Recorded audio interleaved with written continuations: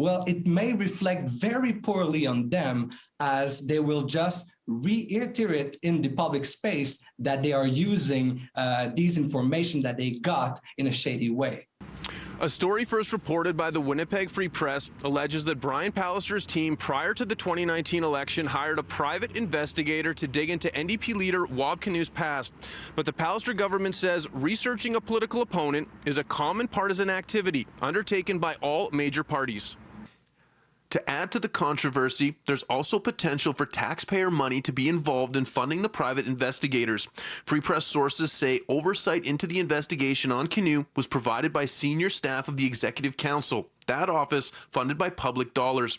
When asked about the hiring of the private investigator, PC Party President Tom Wiebe writes City News, researching a political opponent is a common partisan activity undertaken by all major parties, including the NDP, who regularly conducted surveillance of a former opposition leader during their time in government.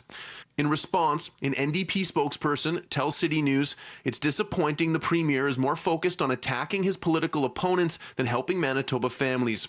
Manitobans expect their leaders, especially in the Premier's office, to direct their staff to work on the issues that matter to people.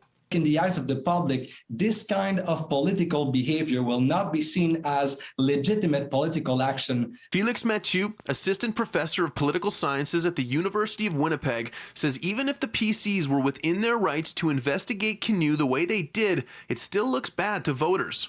And I believe this is another issue that just adds to other elements, other frustrations in the eyes of the public that maybe will make citizens lean towards another party. For the past 2 weeks, Pallister has kept a low profile, but is expected at a news conference next Tuesday where questions on this are sure to come up. In Winnipeg, Mark Neufeld, City News.